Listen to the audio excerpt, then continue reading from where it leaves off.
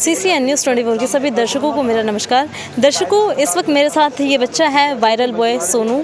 8 साल का है ये बच्चा, अभी छठी क्लास में पढ़ता है और लास्ट ईयर ये बहुत वायरल थे बच्चे, क्योंकि इन्होंने बिहार के मुख्यमंत्री नीतीश कुमार जी को जाके बोला था कि मेरे को एक अच्छी शिक्षा चाहिए बिहार के अंदर, और इनकी सुनी भी गई थी। बेटा, आपकी सुनी थी उस वक्त शिक्षा मंत्री ने बिहार के?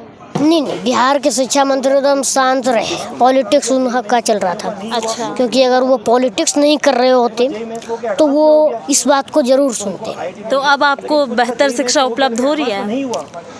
हाँ, अभी तो बेहतर शिक्षा एलन की तरफ से उपलब्ध हो रही है। अच्छा, एलन की तरफ से हो रही है, मतलब बिहार के शिक्षा मंत्री की तरफ से कोई बेहतर शिक्षा में कोई अभी तक बेहतर ही नहीं हुई? नहीं, देखिए, शिक्षा वहाँ का तो मुझे कोई खबर नहीं, लेकिन पहले की तो मैं बता सकता हूँ कि पहले कोई शिक्षा व्यवस्था कुछ नहीं थी। सरकार के सिस्टम के हिसाब से कुछ नहीं था।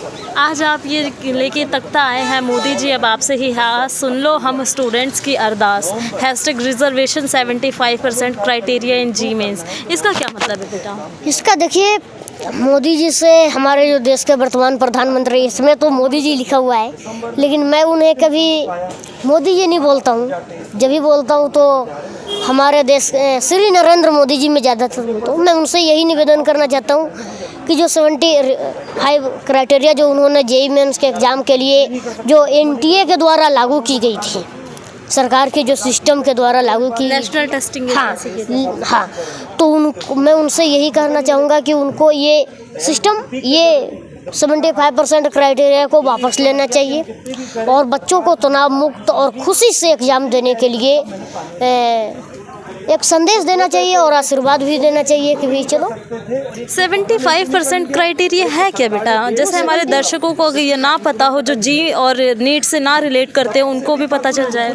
75% क्राइटेरिया का ये है कि जैसे 75% जैसे कोई भी आप बोर्ड होता है ना, जैसे 12th में 75% होना चाहिए इस प्रकार से, या 20% होना चाहिए इस प्रकार से। अगर वो आपका नहीं है तो आप IIT में चाहे 100/100 क्या बोलते हैं उसको, 120, 210 कितना नंबर होता है उसमें, जो भी नंबर है IIT में कितना भी 100% भी आप ले आओगे, आपको सिलेक्शन नहीं होगा। मतलब 12वीं कक्षा के रिजल्ट अनुरूप आपके पास 75% हो तभी आप अटेम्प्ट दे सकते हो, वरना नहीं। 75 या 65 के कुछ रहता है इस प्रकार से। तो ये पहले से है या अभी हुआ NTA के द्वारा? ये मेरे हिसाब से पहले से ही था। ये हाँ, लॉकडाउन जब लगा उसके बाद प्रधानमंत्री जी बोले कि चलो भाई इस बार एग्ज़ाम रद्द किया जाता है। सभी बच्चों को अच्छा लगा, चल भाई कोई बात नहीं। उसके बाद इस बार की जो आई 2022 में, तो नवंबर में उन लोगों को इम्प्रूवमेंट का चांस रहता है।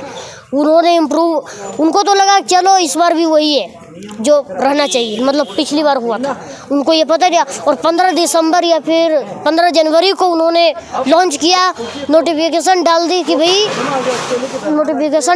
भाई आज से 75% क्राइटेरिया या फिर 20% रहेगा, तभी हम आपको जो है IIT में सिलेक्शन देंगे या फिर कोई भी कॉलेज आपको मिलेगा। मतलब विदाउट 75% आप अटेम्प्ट नहीं दे सकते। ये कोविड के बाद देखने को मिला है। हाँ, तो देखिए, अब ये तो आप नवंबर के पहले बता देते, 15 नवंबर तक भी अगर आप बता देते तो वो बच्चे सुधरवा लेते, इम्प्रूव करवा लेते जितना उनसे। स्टूडेंट्स को मतलब अंधियारे में रखा गया है। हाँ, एकदम, मतलब उनको पता ही नहीं चलने दिया कब क्या हो गया। सुबह उठे, मुर्गी चौं चौं चौं चौं कर दी, कुकड़ू कर दी। बच्चों को तो लगा मुर्गी उठ गई, भाई कैसे हो गया ये। अभी तक सिस्टम सोई रही थी। नवंबर 14 दिसंबर तक सिस्टम आराम से सोई रही। उसके बाद सब लोग इधर उधर करने लग गए। ये जो शोध हुआ है NTA के द्वारा, ये 2021 में हुआ है? 2021 में नहीं, ये तो 2022 में हुआ। 2022 में? हाँ, और मेरे हिसाब से 15 जनवरी को ये नोटिफिकेशन ऑल इंडिया में लॉन्च कर दिया। दिसंबर, हाँ जो भी रहे, दिसंबर जनवरी, खैर, लेकिन इसी 15 दिसंबर से लेकर के 15 जनवरी के बीच में उन्होंने लॉन्च कर दिया। ये क्या बोलता है, रिलीज कर दिया ये नोटिफिकेशन। तो सोनू, आप भी नीट और जेईई की प्रिपरेशन कर रहे हो क्या? नहीं। देखिए एक बात पूछूं मैं, भगवान राम को तो आप जानते होंगे, वो श्रीलंका जब जाने वाले थे, वो एक समुद्र था, उसमें उनको पुल बनाना था तो उसमें सभी वानर सेना भी काम कर रही थी, लक्ष्मण भी काम कर रहे थे, उसमें गिलहरी भी काम कर रही थी। जब गिलहरी पत्थर को उठा करके, वो भी मदद कर सकती है पत्थर को उठा करके, तो मैं क्या चीज़ हूँ, मैं तो ये कर सकता हूँ। जितना मुझसे हो सकता है उतना तो मैं करूँगा। और हमारे बीएम सर जो है, वो इसमें शुरू से मैं उनको देख रहा हूँ ना, इसी पर वो लगे हैं, लेकिन कोई भी सुनवाई नहीं हुआ।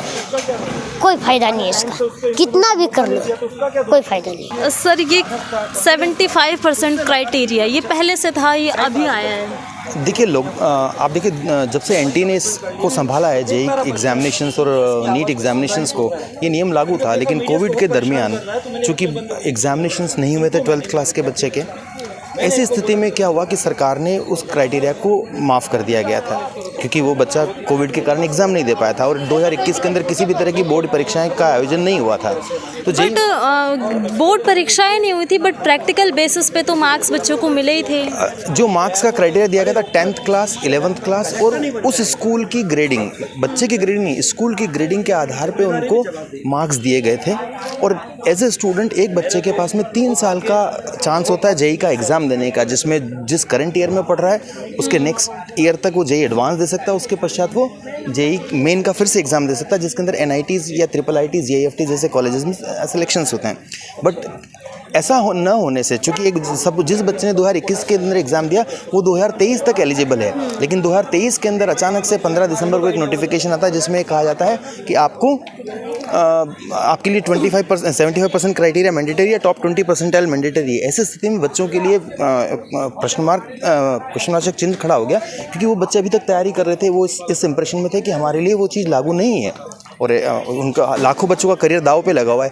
ऐसी स्थिति में गुजारिश ये है कि जो बच्चे 21 से लेके 23 तक एलिजिबल है, जो बच्चे ने 12th 22 के अंदर दिया था वो 24 तक एलिजिबल है, जो 23 में दे रहा है उसको 2025 तक अलाउ करना चाहिए। ये हमारा निवेदन है, ताकि बच्चे और उनके पेरेंट्स जो हमारे भारत के सबसे बड़े एग्ज़ाम्स में से होते हैं, ये यूपीएससी के द्वारा कंडक्ट कराए जाने वाले एग्ज़ाम्स और नीट और जेई, और इसके द्वारा अगर ऐसे किया जाता है तो बच्चों का पूरा भविष्य अंधियारे में रखा जा रहा है। देखिए मैं कहना चाहूँगा कि थोड़ा सा टेक्निकली समझने की ज़रूरत है, अदरवाइज़ ये नियम तो सरकार ने लागू किए थे और इन चीज़ों के ऊपर थोड़ा ध्यान दिया जाए तो बच्चों को रिलैक्सेशन मिल सका। मैं चाहूँगा हमारे जो शिक्षाविद हैं, आप उनसे जानेंगे इस बारे में जानकारी तो ज़्यादा बेहतर तरीके से बता पाएंगे, क्योंकि वो इस लड़ाई को पिछले कई महीनों से लड़ रहे हैं। जिस समय से ये चालू हुआ तब से वो उसके लिए लड़ाई लड़ रहे हैं। तो वो शिक्षाविद, उन्होंने लाखों बच्चों को पिछले 34 सालों के अंदर पढ़ाया है और उनका दर्द इस बात से है कि उनके बच्चों को न्याय नहीं मिल रहा है, उनके बच्चे परेशान हैं।